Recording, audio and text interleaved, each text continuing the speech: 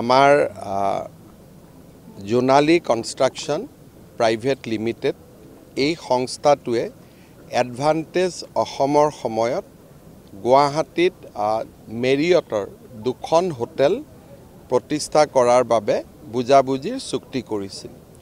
চৰকাৰৰ লগত বিভিন্ন পৰ্যায়ত আলোচনাৰ পিছত এই দুইখন হোটেলৰ নিৰ্মাণৰ চূড়ান্ত পৰ্যায় পাই গৈ আৰু তাৰে লগত সংগতি ৰাখি আজি দুইখন হোটেলৰ নিৰ্মাণৰ কাম আনুষ্ঠানিকভাৱে আৰম্ভ কৰা হয়।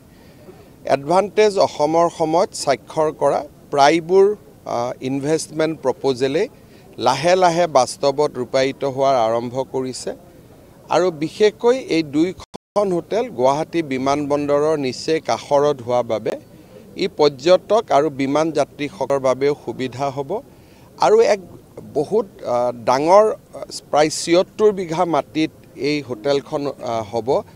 স্বাভাৱিকভাৱে ই পৰ্যটকৰ বাবে দেশ বিদেশৰ পৰ্যটকৰ বাবেও এটা আকৰ্ষণৰ কেন্দ্ৰবিন্দু হ'ব।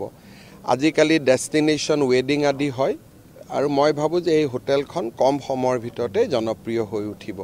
মই পুনৰ এবাৰ এই জোনালী কনষ্ট্ৰাকশ্যনৰ পৰিচালন সঞ্চালক অনিল দাস ডাঙৰীয়াক অভিনন্দন জনাইছোঁ আৰু আমাৰ দুইখন হোটেল যাতে খুব সোনকালে নিৰ্মাণ হয় তাৰ বাবে মই আশা কৰিছোঁ।